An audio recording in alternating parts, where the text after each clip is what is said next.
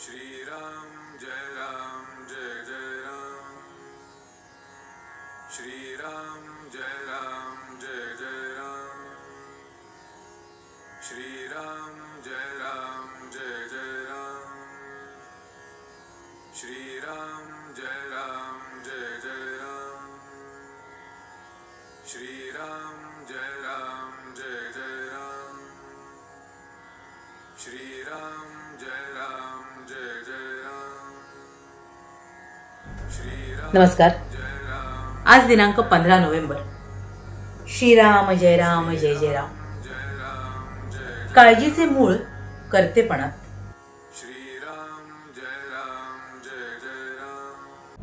श्रीराम जय राम जय जय राम।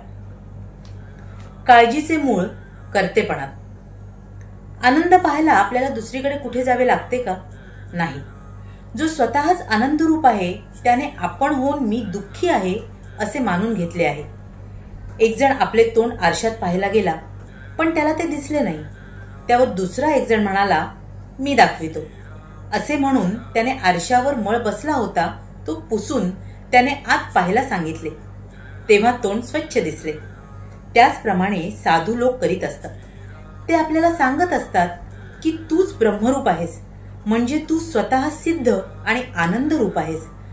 परंतु आपण काय करतो की हा प्रपंच माझा आहे असे समजतो आणि त्यामुळे त्यातले सर्व सुख दुःख आपण आपल्यावर लादून घेतो।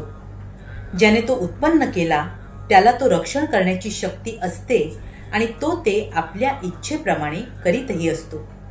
पण तिथे आपल्यावर कर्तेपणा ओढून घेऊन आपण सर्व काळजी करीत बसतो। वास्तविक आपल्या हाती काय आहे? परमात्म्याला काय करायचे ते तो करीत असतो। आपण मात्र काळजी करून शीण करून घेत असतो। म्हणूनच काळजी सोडून देऊन आपण भगवंताला शरण होऊन राहावे।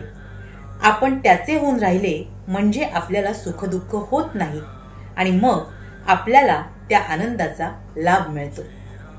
काळजी ही मोठी विलक्षण असते। एका माणसाला आपल्या मुलाला चांगली नोकरी लागावी याची काळजी होती। पुढे त्याच्या मनाप्रमाणे नोकरी लागल्यावर त्या मुलाच्या लग्नाची काळजी सुरू झाली। काही दिवसांनी लग्नही झाले। मग पुढे सून चांगली वागत नाही म्हणून काळजी लागली। नंतर तिला मूल होईना म्हणून काळजी लागली। काही दिवसांनी तिला मूल झाले। त्या मुलाला फीट येऊ लागली म्हणून त्याला काळजी लागली। शेवटी आणखी काही दिवसांनी मुलाची फीट बरी झाली पण त्या म्हाताऱ्यालाच फीट्स येऊ लागल्या आणि अखेर काळजी करीत करीतच तो मरून गेला। काळजी ही आपल्याला भगवंतापासून खरेच काळाच्या स्वाधीन करते। आपण काळाच्या स्वाधीन झालो की आपली बुद्धी भ्रष्ट होते। खरे म्हणजे काळजीचे मूळ माझेपणात आणि कर्तेपणात आहे आणि खुद्द कर्तेपणाचे मूळ भगवंताच्या विस्मरणात आहे। व्यवहारी माणसे मोठी हुशार असतात। भगवंताला साक्षी ठेवून काळजी करतात। हा तर त्याही पेक्षा मोठा गुन्हा आहे। काळजी लागणे स्वाभाविक आहे ही कल्पनाच आधी आपण आपल्या मनातून काढून टाकली पाहिजे।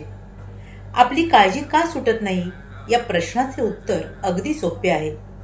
काळजीने आपल्याला धरण्याच्या ऐवजी आपणच काळजीला घट्ट धरून ठेवतो मग ती सुटणार कशी? ज्याने भगवंत आपलासा करून घेतला त्याला काळजीचे कारण उरत नाही। संकट आले तर काळजी करू नये। भगवंत करतो ते आपल्या हिताचे करतो ही दृष्टी असावी। श्रीराम जय राम जय जय राम। श्रीराम जय जय राम। आपल्या आयुष्यात आपल्या प्रपंचात आपल्याला खूप साऱ्या काळजी असतात नाही का?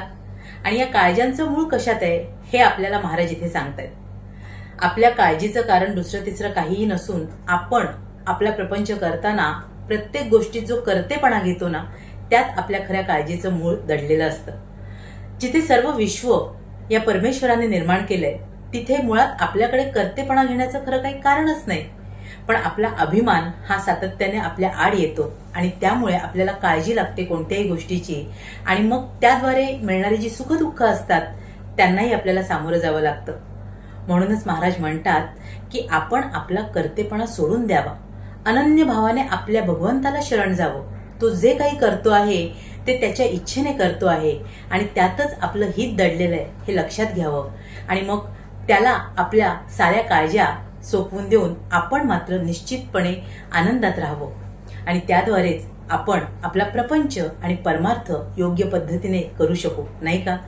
असा हा निश्चिंतपणा आणि त्यामुळे येणारा आनंद हा आपल्या गुरुकृपेने तुम्हा आम्हा साऱ्यांनाच लाभो, हीच त्या गुरुचरणी आणि ईश्वरचरणी प्रार्थना.